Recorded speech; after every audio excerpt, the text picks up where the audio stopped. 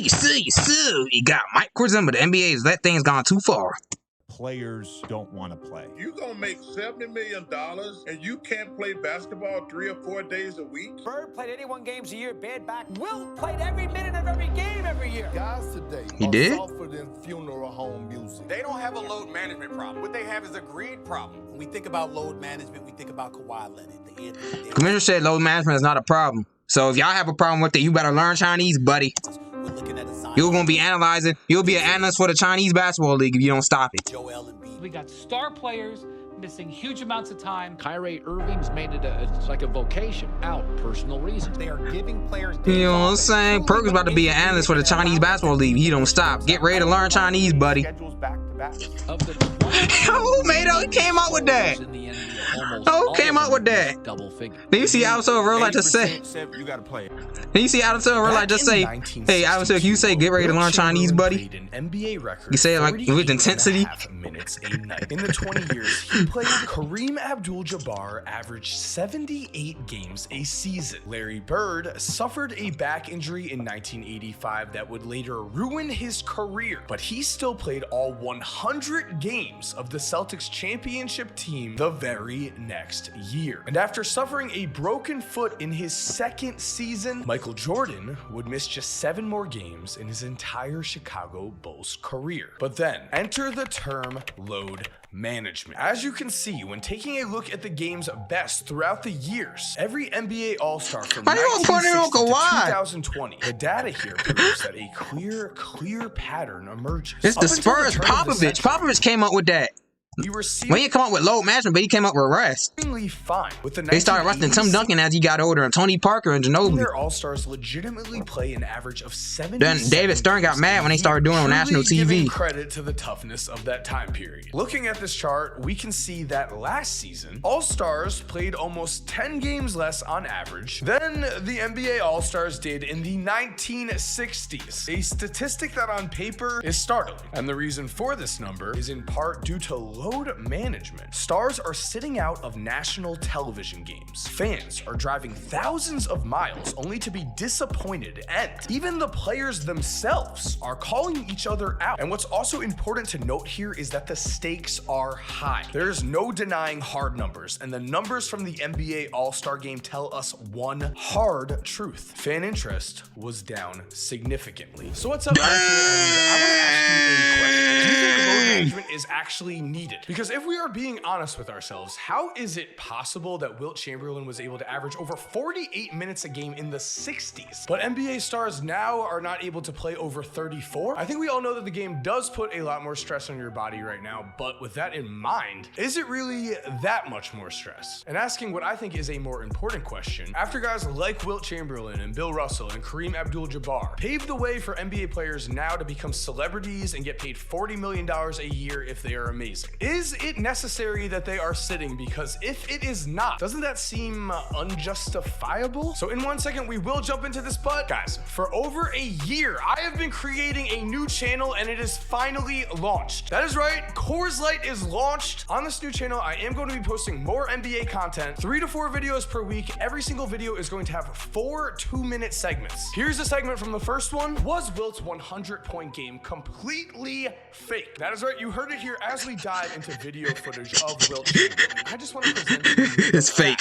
of Wilt Chamberlain's It's fake. 100-point game. They miscounted. Number one, there is no video footage of this game. The footage we are currently watching is just Wilt being amazing in general. Number two, there were only 4,124 people in attendance of this game. And here's where things get even stranger. Because fact number 3 about this game, there was no actual audio recording. I hope you enjoy the new channel. I hope you subscribe and turn on post notifications. This is that way fake. you are there for a new That's grind. fake. I'm so They just excited to show miscounted. you guys Coors Light. But for now, let's jump into this. I want to say thank you to Mark, you sponsored by Truist? Truist. It's been an amazing day out here serving the Dallas community. Video. The term load management was introduced into the NBA with the 2018 Philadelphia 76ers and Joel Embiid. And in the very NBA with Oh, they came up with load management. They didn't come up with rest. Like, load management is rest. They just call it load management, but Popovich and the Spurs came up with that. They ain't call it load management, they just called it rest. Philadelphia 76ers and Joel Embiid. And the 76ers called it load management. First ESPN article mentioning it, we have the words, something called load management. Oh, Sixers fans think the excuse to sit Embiid is a load of something, for sure. So as you could see, immediately there was hesitation here, but then came the 2019 season. And that is when Kawhi Leonard led the Toronto Raptors to an NBA championship after he was load managed. The NBA is a copycat league, and let's be honest here, when the Raptors won in this way, a new strategy emerged. If you sit your star because it goes to be healthy during the playoffs. You know your team's good enough for the regular season to get a good seed. Then your stars come out for the playoffs when it matters the most. In theory, it does make sense that he will be a lot fresher for the playoffs. Yeah. And then from there, he'll get you that NBA title, the ultimate goal. Except the thing is that even true? Wasn't LeBron James never load managed in his life? It feels like he's done just fine. Is it possible that just injury-prone players such as Kawhi Leonard or Joel Embiid benefit Has Kawhi ever lost in the finals? Rest, while other players I don't think Kawhi lost in the finals. I wanted to find out, so I collected a lot of data here. If the data ends up not being I know you lost in the finals, Jimmy. Management, I want to I know you lost in the finals, Kyrie. The effects on the game have certainly been seen. Right now, we have you never made it to the finals. I know you lost in the finals, Harden. Ever before, who are also being paid. You never made it to the finals. And here is what NBA All-Star Paul George has had to say. They think by giving us time off, it's helped. Oh, shut up, Paul George. How many rings you got? How many rings you got, Paul George? How many finals you been to? Shut up.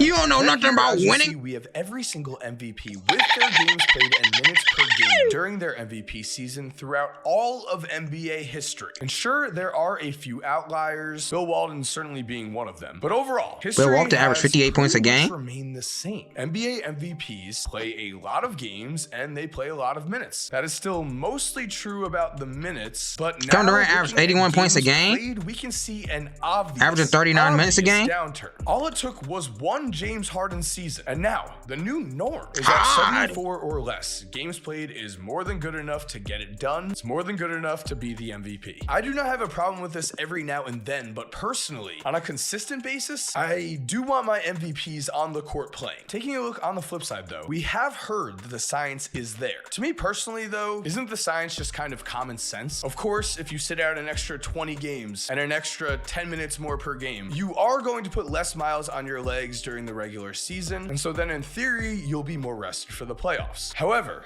all these equipment, the best equipment in the world, the best medical team in the world, suffered an ACL tear in the playoffs after a low. No matter what you do, this shows no matter what you do, your body's gonna react the way it wants to react. This is a very recent thing. I want to know, is this working? So let's dive back into those all-stars. The term load management became real in 2018. So let's take a look from 2018 to 2020 at every single all-star. In those 5 years, which all-stars that ended up playing in the playoffs sat the most games? Did those all-stars end up having more success? And what's happening to them now? Well, since the 2018 season, Kawhi Leonard played an average of just 56.3 games a season. But as we saw, he did lead the Raptors to the 2019 NBA championship, the ultimate goal. He and the Clippers are also there right now for a playoff run. Moving past Kawhi though, and comparing other NBA stars, a huge pattern is here after I collected all of this data. In the last 5 seasons, out of any player who was named to the All-Star team at least 3 times.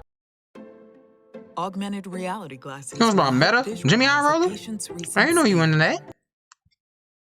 The guys who played the least amount of games on average are names Karl-Anthony Towns played the least amount of games in NBA history? Who both did win a title. Steph Curry and Kevin Durant, who both have won championships. And Jimmy Butler. Oh, that's right. AD does have a ring. And KD. KD has 2 of them. Can step up amazingly in the playoffs. I would say this was a coincidence if on the other side, if on the top end of this list, we didn't have to go 10 names down to find the first all-star. They don't got no rings. Westbrook's have a ring. And Harden. Been plagued with a ton of injuries. And Morant. So overall, what we can take away from all of this is that we are not crazy. It is very apparent that recently players have been sitting out way more often, and that has been very frustrating for a lot of fans, especially because, as you can see in this video, things such as all-star voting certainly have not been affected, and the same goes with MVP voting. If you're a player and you're still getting named an all-star after sitting out this many games, if you're still in the MVP voting after sitting out 10 games, it's a popularity contest. That's what it is. A few extra nights off. The important thing always news here was, is this working? And the answer we got was that it has worked for essentially every single NBA champion. When Kawhi gets that Statue of Liberty, is over. 2022 Golden State, we have Steph Curry. 2021 Bucks. And what we have found out overall in this video is that there are unfortunately no examples of guys that do play a ton of games having a ton of success in the playoffs recently. While on the flip side, the guys that have sat out have had playoff success. I want to know what you think about this. After the data has been presented to you, do you still think that players are sitting out too much? Because honestly, a championship is an all-in type move. And so yes, when looking back, championships are definitely worth it, but in the moment, there's a lot of noise for a reason. Fans are frustrated. I'm interested to see what is going to happen. And also, I'm very hopeful that you are enjoying Coors Light. Did you click that link yet? Again, as long as the money doesn't go down, they gonna keep on doing it.